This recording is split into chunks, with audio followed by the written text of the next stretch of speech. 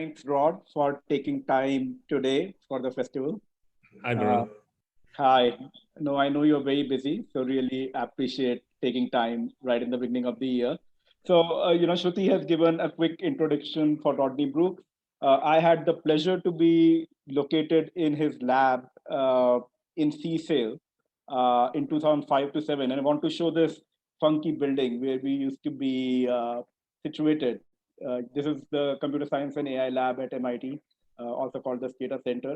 And Rodney Brooks' lab at that point of time used to be in this area, which we used to call the nose. But the building itself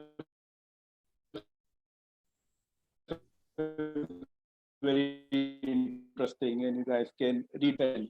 And we use these humanoid robots. One of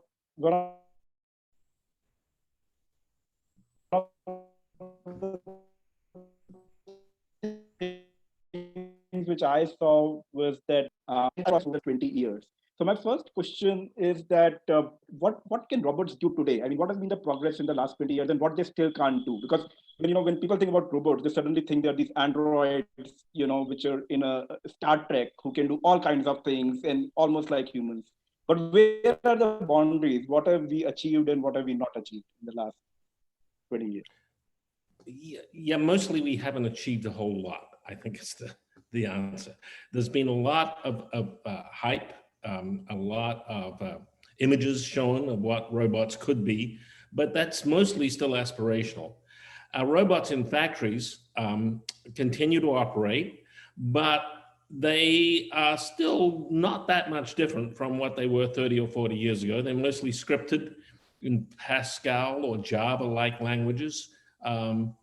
They're not told what to do, they're programmed to do things. I had a company for 10 years trying to change that, and we made some progress, but the industry is very, very careful about adopting new technologies in manufacturing, and so that's still an ongoing process. And mostly those robots and people can't interact at all. Now in the lab, we have had a lot of progress in using deep learning to be able to detect people, read their expressions, see their faces, see what they're doing, but that hasn't been backed up by a real sense of interaction. When you were at CSAIL, you might remember the robot Domo, which interacted with people, earlier the robot Kismet, which interacted with people, but that hasn't gone mainstream. Now, some of those people who are working on those robots started companies to try to commercialize them. Cynthia Brazil started a company called Jibo to commercialize interactive robots for the home, but she really got completely beaten by Amazon and the Alexa system. Alexa is not a robot, has no robotic capabilities, but it has such an enormous back end to it in the Amazon cloud that it could do things that her robots could never do, and the company did not succeed ultimately. So robots are not always the right solution. We're much better with them navigating than we were 30 years ago, certainly, but our robots are not dexterous in any shape or form. Now, COVID has had an impact on this. Can I talk about that impact briefly? Sure, please go ahead.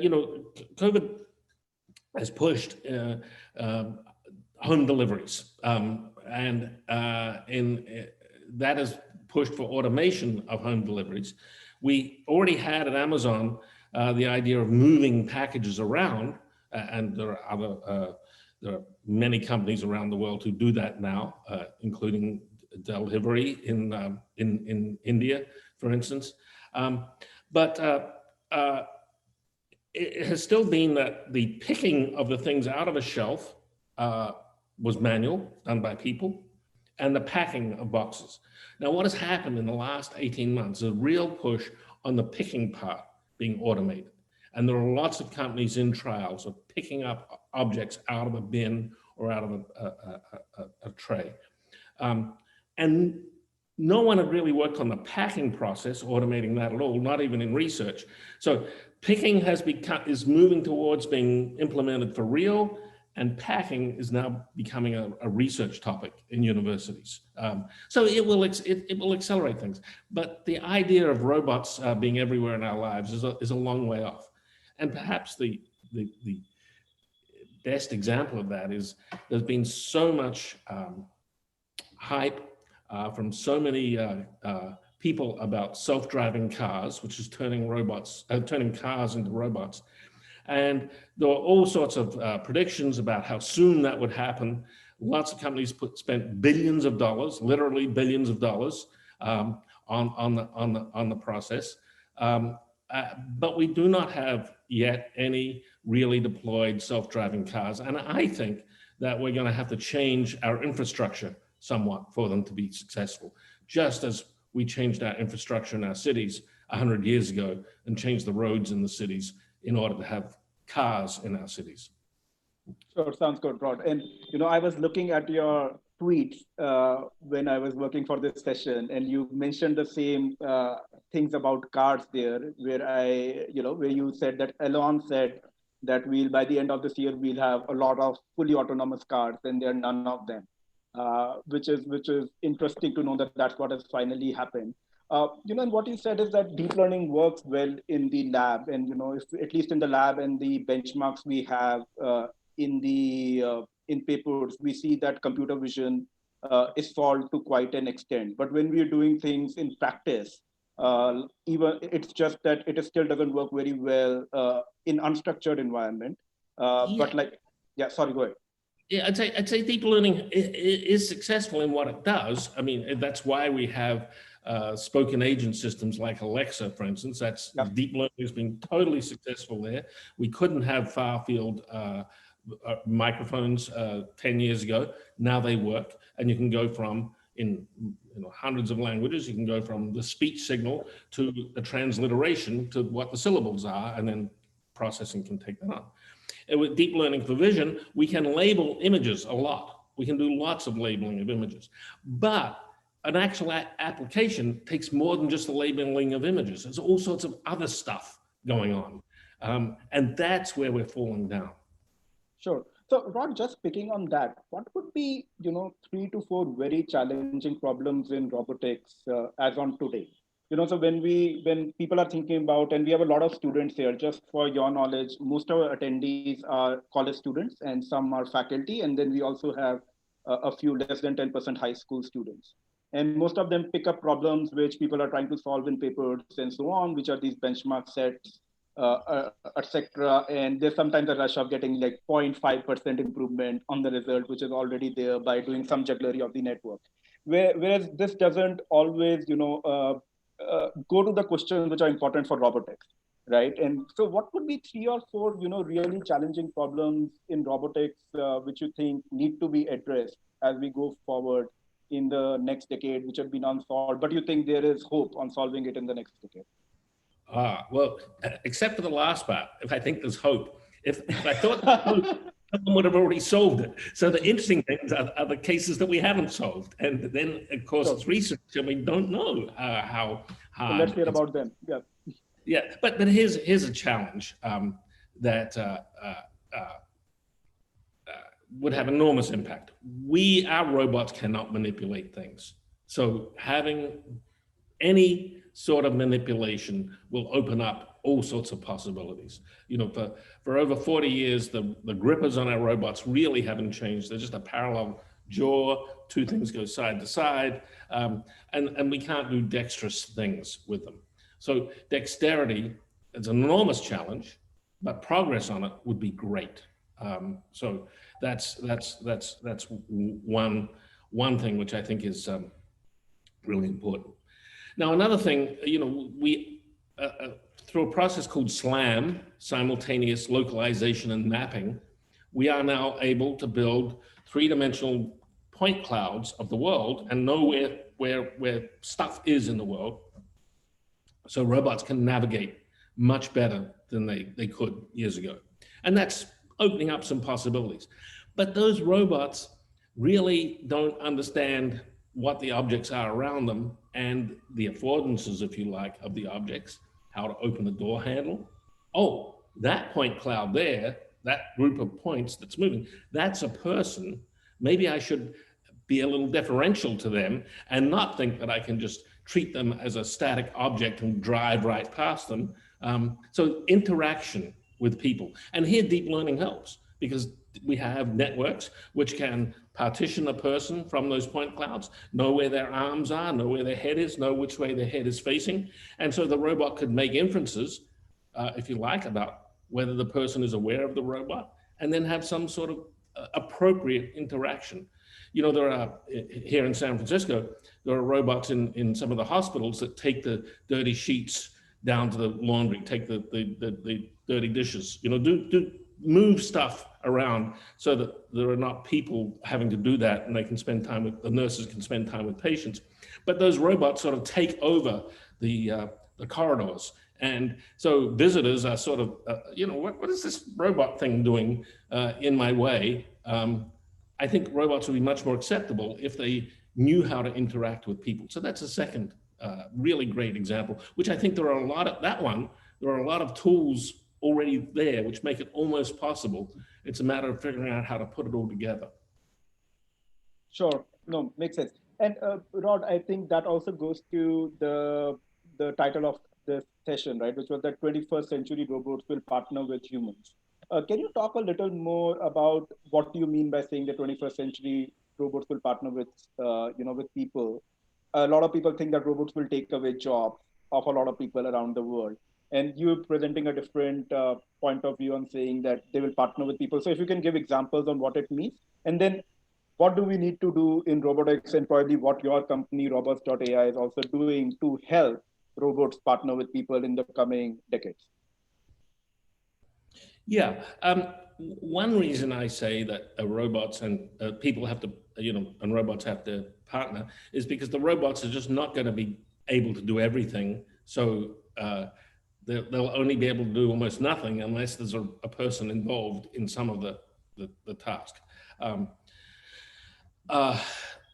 And of course, you can make robots do dull, repetitive things. And for the parts of the world where the demographic inversion is having a big impact, and that, for instance, is already Japan, Italy, and parts of Europe, but increasingly in the US and in China, there'll be a tremendous inversion of the number of elderly people to younger people. Yep. If every person had a job helping the elderly in many of those countries, there still wouldn't be enough help for the elderly. So I think there's going to be a real pull for technologies and machines which let older people have both dignity and independence and stay in their homes longer. And one might say, well, it would be better if their children looked after them, but the demographic facts are that, in China, one child is going to have 2 parents, 4 grandparents, and 8 great-great-grandparents all alive at the same time, and that will be the only child of those 12, 2 plus 4, 14 people. So it's just not going to be possible. There needs to be other technologies, other things that help look after the elderly people. And I don't mean as companions or taking away human love or anything like that. I mean things like, helping people get into and out of bed, helping people in their bathrooms, helping them with the things that ultimately, for many elderly people, either children or nurses have to do. And there you have the elderly person interacting with the robots at all times, or whatever we're going to call them. We may not call them robots, but they'll be intelligent machines with physical capabilities. And so that's an interaction that is, by the nature of the pull, due to demographics, going to make that the case.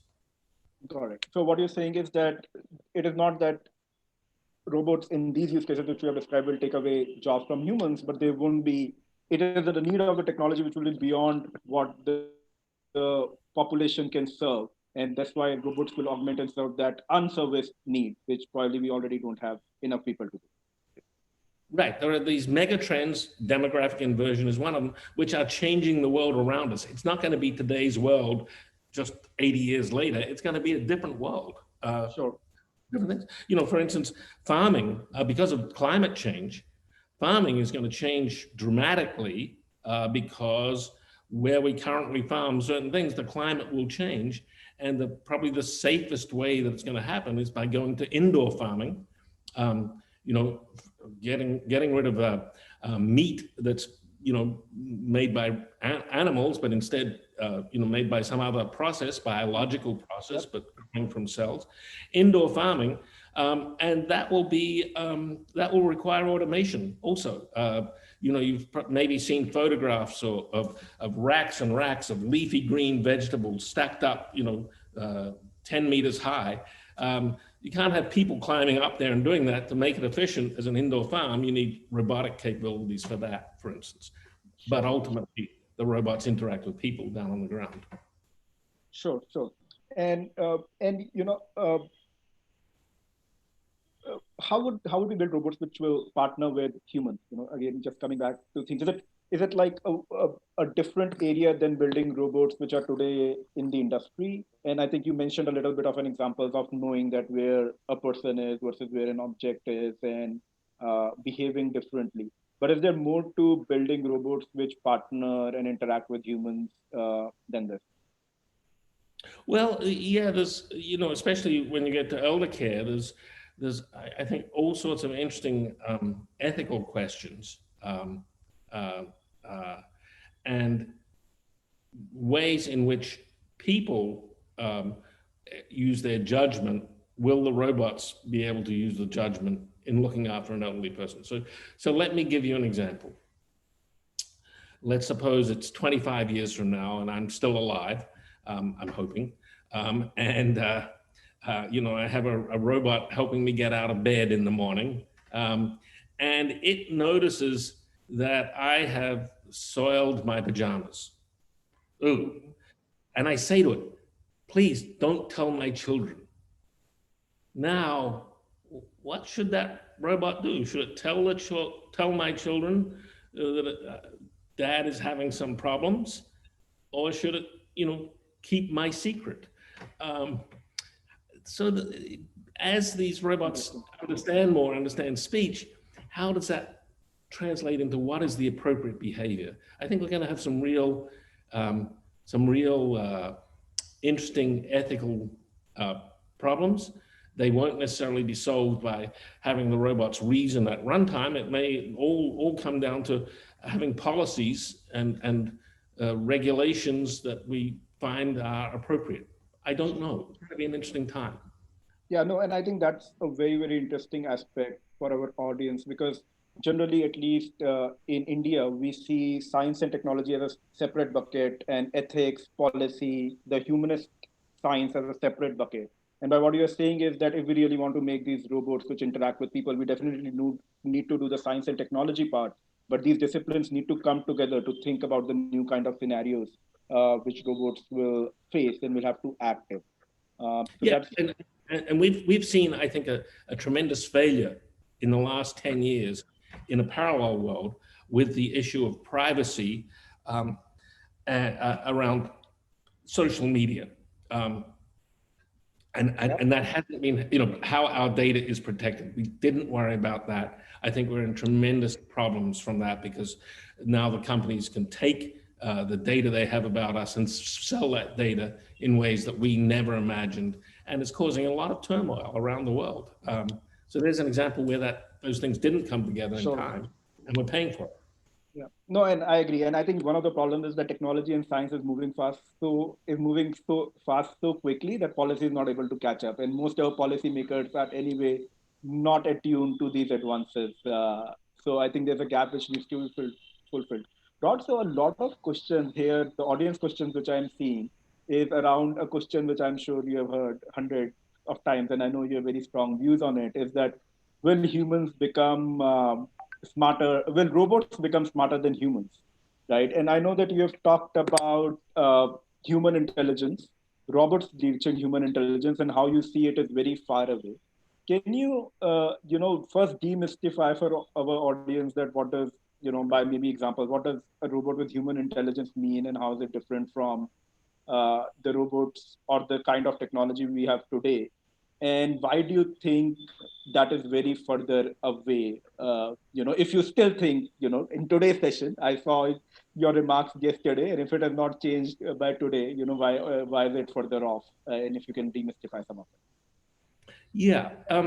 So I often get, polled in where someone's, asking a few experts, when are we going to have certain levels of intelligence? And I'm always the far future one. I'm Bill Gates calls me a pessimist. I think I'm an optimist, but that's a difference. But what do we mean by human level intelligence? Well, science fiction, and this is from the, historically with the golem, but when science fiction was around, a lot of science fiction was developed around the idea of having robots which were indistinguishable from people. That was Isaac Asimov's fiction, for instance, and we see that in things like Star Trek and lots of movies. What would it take for a robot to have that level of intelligence that it would be something that we would consider, that's, they're no different from a person really in their capabilities. That's what human level intelligence is about. And many people think that we're almost there. And I think that we actually probably don't understand at all how to build truly intelligent systems.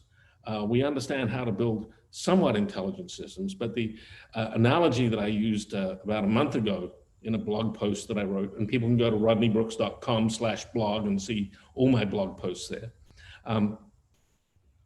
The analogy I used was, right now, AI is like aviation in around 1920.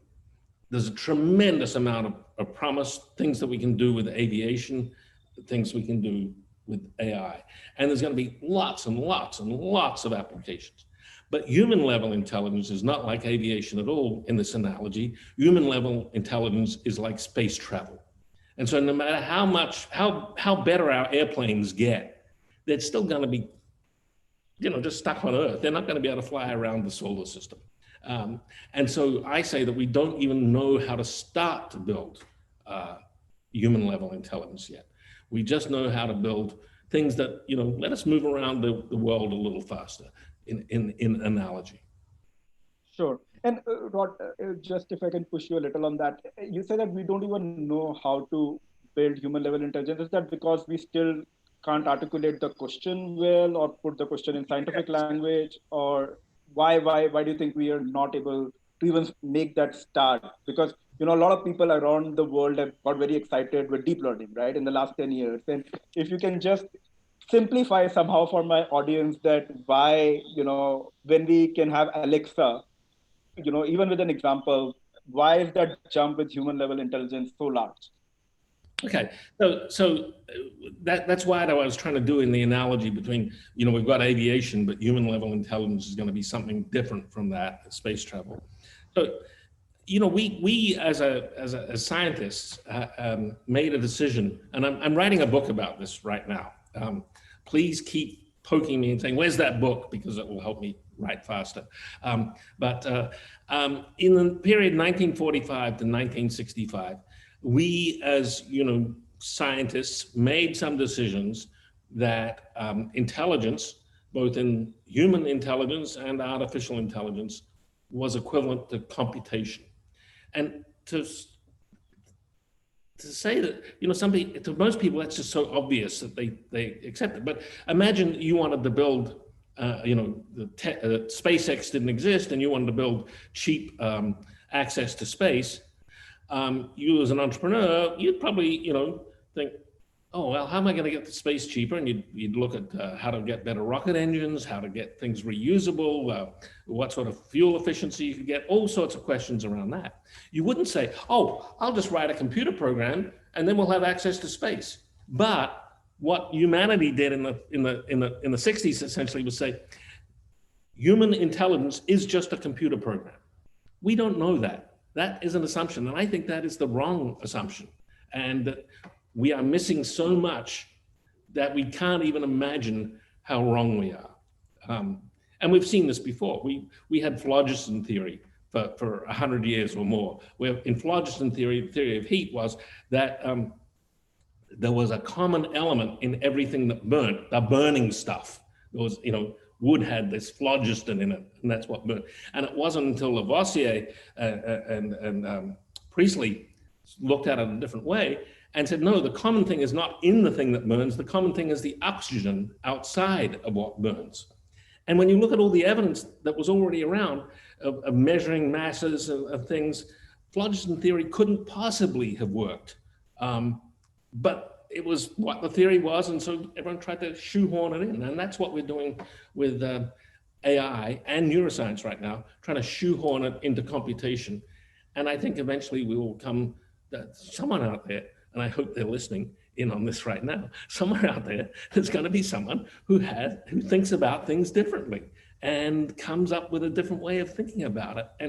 And afterwards, after 30 or 40 years of pain for that person, everyone will say, well, that person was really smart. Why? So please, all of you out there, think deep thoughts and figure this out. Sure. No, and Rod, just two messages which I took from your responses. One, which I could totally relate with this saying that if you want to do it today, I don't even know what's the starting point, right? And I totally understand when you say that I can't even write on a paper that these are the pieces, and if I put these pieces together, I will do it. The other point which you were making, which is interesting, was that is it really a computation? Is human intelligence really a computation, right? And from that, where my mind also went, and I split this question into two. One is on the idea of consciousness, that humans are conscious beings. And I remember Ray Kurzweil made a prediction that machines will be conscious in the 2020s or something like that.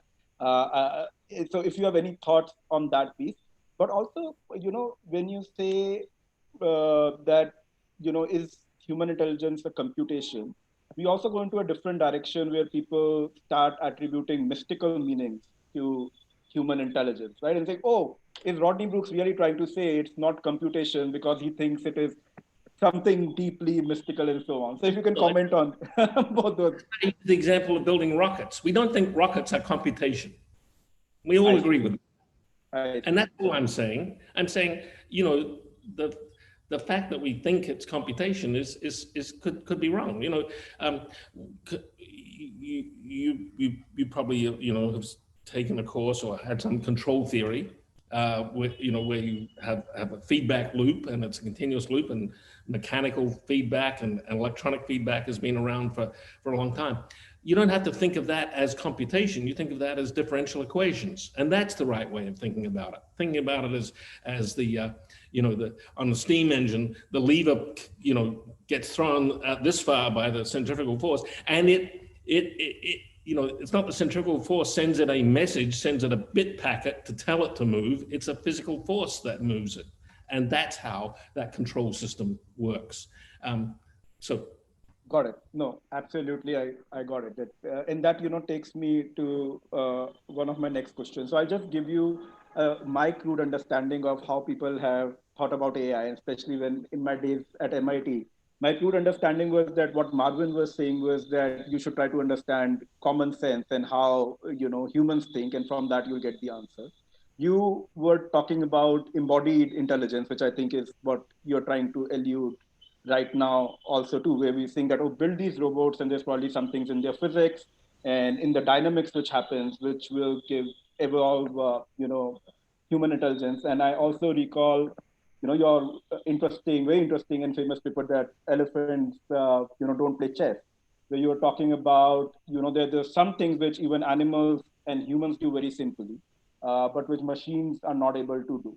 And now in the last decade, we have seen, and I remember doing my machine learning class where we had this one lecture on neural networks, and Leslie Kilbling was my instructor, and she said, oh, we are just teaching this because we have to, it was there somewhere, but it is of no relevance. No one cares about neural networks. SVM was the technique which everyone would probably use. Now, in the last decade, deep learning and neural networks have come back in a big way. And it has also solved some of the things, which, if I understand right, you talked about, like solving speech recognition, which humans did very well and machines were not able to do. So it solved some of those problems, but it is probably not. It's enabled progress in some of them. I wouldn't say it's necessarily solved. Sure. What deep learning has got the the speech signal to phoneme Yeah. very, very well. Right. So there's this understanding common sense, and there was this embodied intelligence, and which continues, and then there's this deep learning.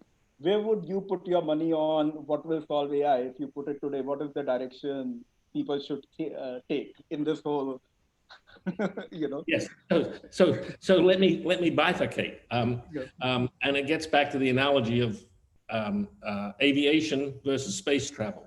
In the aviation world of exploiting what we currently have, there's still a lot to be done. And there, actually, I'm a little closer to Marvin in that now, in saying that common sense is important. You know, one of the examples you see all the time for self-driving cars is a truck goes by and it's got a picture of a person painted on it, and suddenly the self-driving car thinks there's a person in front of it, because it doesn't have the common sense to realize it's the wrong size.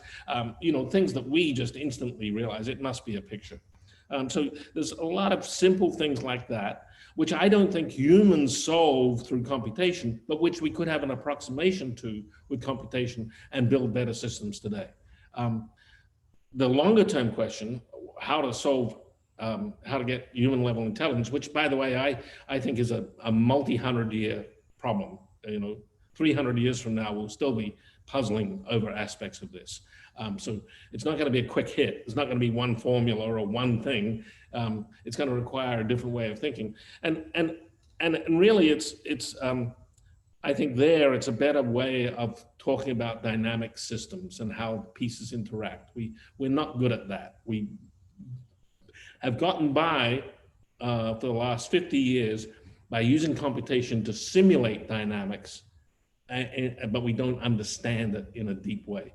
You know, calculus, when it came along, got us a little bit of dynamics. We could solve certain things, but only special cases. And I think that dynamics of interacting pieces is something that we have no real science for at this point. Got it. Rod, I'm taking one of the audience questions, and I think you might have already answered it, but why I'm taking it up is that it is a lot in the popular discourse, GPT-3, which everyone is talking about. And we'd love to hear and by the way, we tried to use it for some tasks, and it was very brittle. And it it reminded me of the no freelance theorem, that if something is built to do everything right, it doesn't do anything right. But what are your thoughts? Because people have seen great things being done with GPT-3. It's making websites, it's doing a conversation, it's writing a blog, so on and so forth. Or some of them are very seemingly intelligible. Is that a pathway to reach human intelligence? And I know I'm asking this question again and again, but why I'm asking it is because my audience would understand it with one of these metaphors better than being more philosophical about it. Yeah, well, I know that you're aware of the blog post I posted on the 1st of January, where I had what is best described as a rant about GPT-3. The researcher in the US, Will Bridle, who likened GPT-3 to a Ouija board. Is that how you pronounce it? Ouija board, you know, where you talk to the departed spirits, they move everyone puts their finger on a cup, okay, moves and spells things out, and all the people in the darkness think, oh, we've contacted the spirits, but it's just them doing it themselves. And that's really what is going on with GPT-3. People look at the output and see in it things of pieces of brilliance, and it's not helped by the press, by the way. I point out that the Guardian, which is a respectable news outlet, got it to generate 8 500-word little snippets, and then the editors went and took those 4,000 words, selected 1,100 of those words, and said that GPT-3 wrote this essay. But it didn't write the essay. The people took the sentences and patched them together in a way which made sense. And that's what's going on with a lot of these GPT-3 examples. It has no deep understanding of what's going on. And if you look at Gary Marcus and Ernie Davis, they've done a debunking of it, showing how little it really understands about the world. It is in the eye of the beholder. And, part of the reason I keep waving these flags is I've been around a really long time. So I've seen these cycles again and again. In the 60s, it was a program called ELIZA that Joseph Weizenbaum wrote at MIT. And people say, my God, I'm talking to this psychiatrist and it's helping me. And it was, today it would be a program that if someone couldn't write after the third lecture in a computer science class, you'd feel they hadn't really been listening. We do this again and again. And I'm sorry that people keep getting fooled, but we've seen in the political world, people like to get fooled and they love it. And I'm sorry. Sure. No. So totally understand that. Rod, one of the a few of our audience have asked a question on the application of robotics in education and school education, and probably it comes more so from a country like India because we have a huge capacity problem in teachers.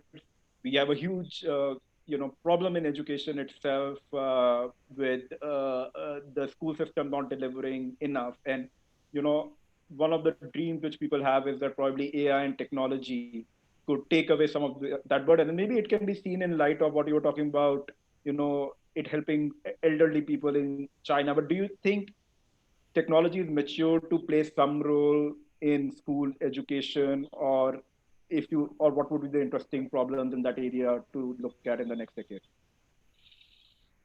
Well, maybe I should be asking you this question because you're the one who has applied AI in a domain that didn't seem like it could possibly work as well as you made it work in testing the people. This has already been you're one of the most successful people at this in the world. So maybe you should answer it rather than me.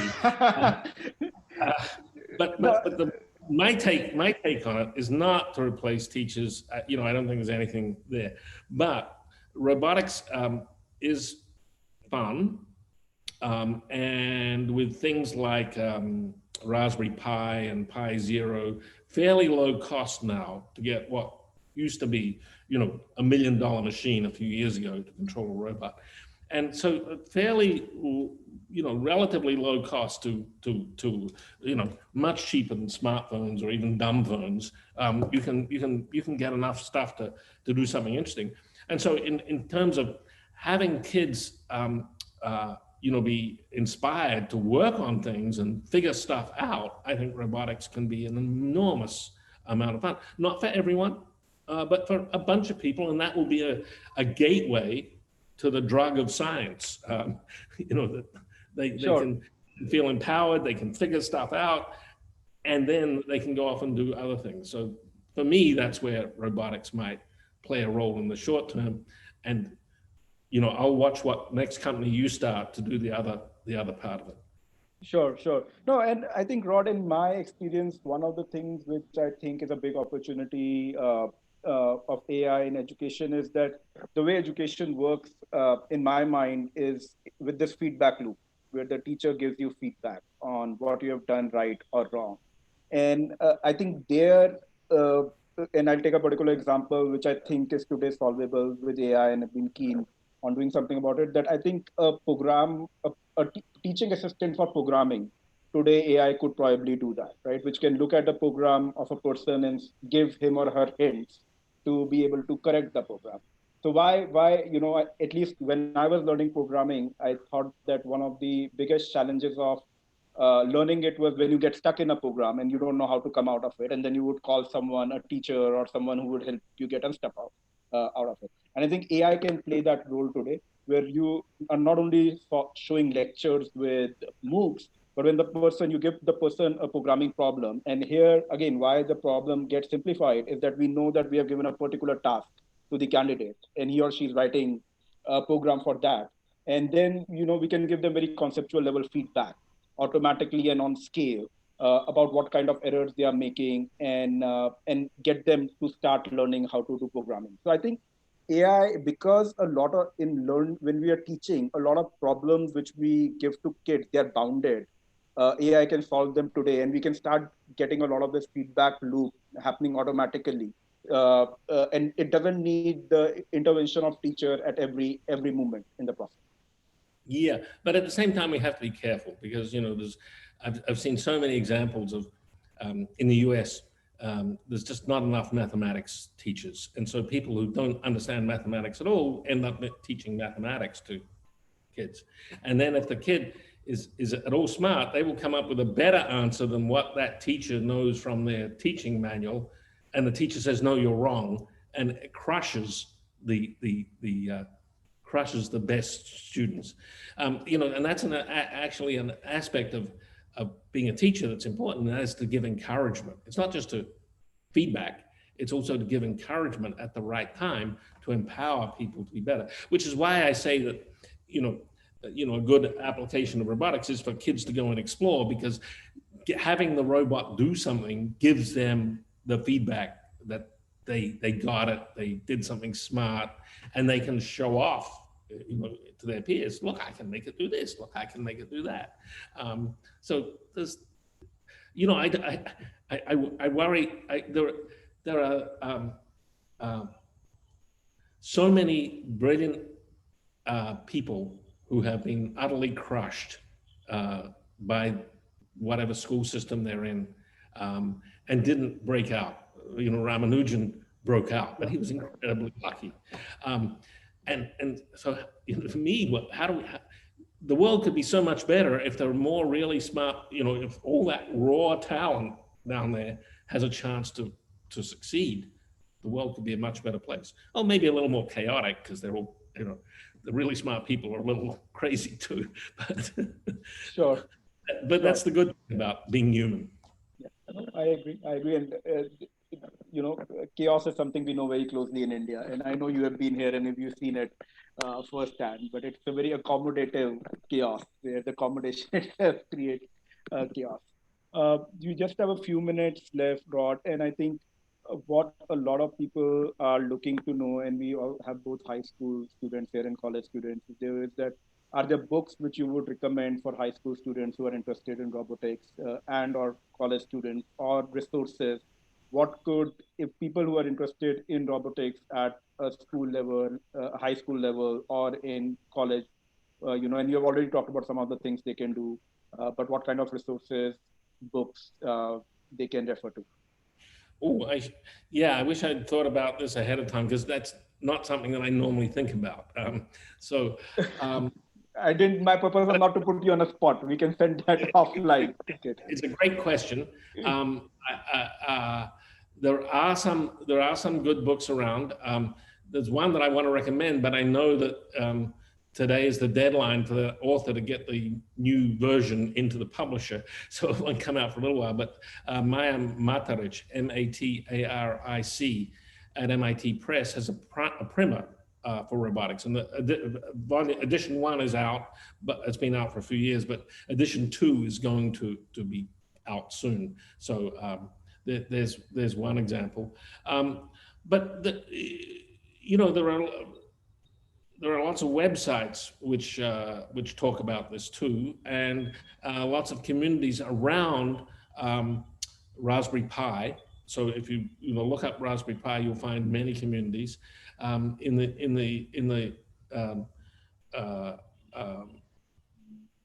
Chris Anderson, who used to be editor of Wired and then started a company called 3D Robotics and did a lot of drone navigation. He runs an organization now in San Francisco that has competitions for self-driving cars, which are little tiny cars on fake roads. There's a lot of activity around that, a lot of websites around that. Another thing to look at is maybe to go to MIT and look up Duckytown, D-U-C-K-I-E, Duckytown. And Duckytown is a set of problems and exercises for, again, low-cost robots, navigation in this fake town. And it's used in lots of courses all over the world. So I'm sorry that I'm not organized here. I'm just thinking about them one after the other. But so Duckytown, I think, is something to go and look at. Also. No, this is very helpful, Rod, and we'll put this in a structured form and send it to the participants in an email after the session.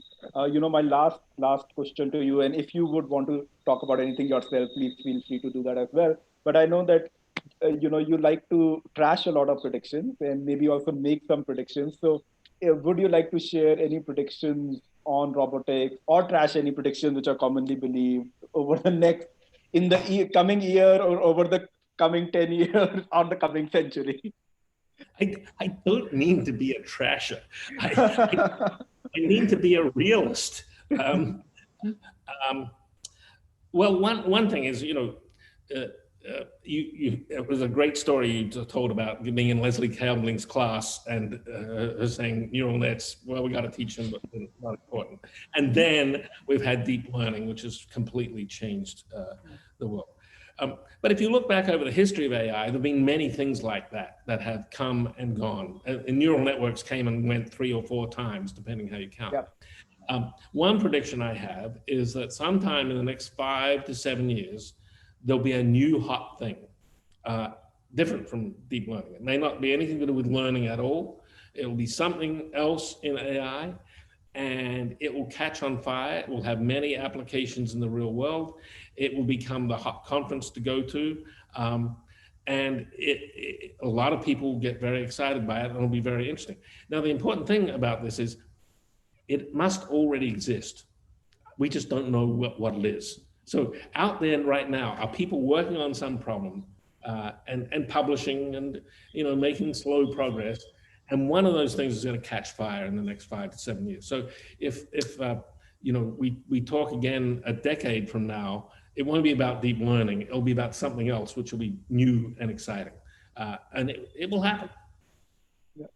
No, and Rod, I think we can conclude on this note. But my own, as you're very much saying, right, my own learning was that innovation happens in this non-linear way, right? And people were doing these Bayesian methods and SVM for all this time, and suddenly neural networks came out from somewhere else where a few people were pursuing it. But again, another joke was that if you had neural network in a paper title for the decade starting 2000, it would not get accepted, or the 2 decades. And now, if you don't have neural network in the title, it would not get accepted, right? And I think the message for our audience is that a new techniques like deep learning comes and we all start chasing it, but we need to think more openly about the big questions in AI and robotics.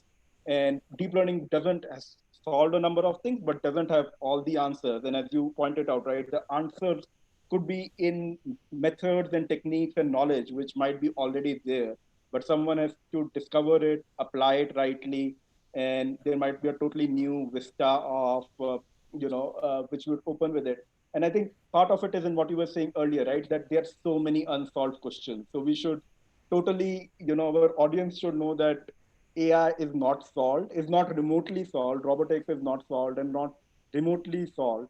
And they should look, if you're doing work in deep learning, that's great, but you should also look beyond it and be more creative. Like Rod was saying, that we don't even know how to begin answering certain questions.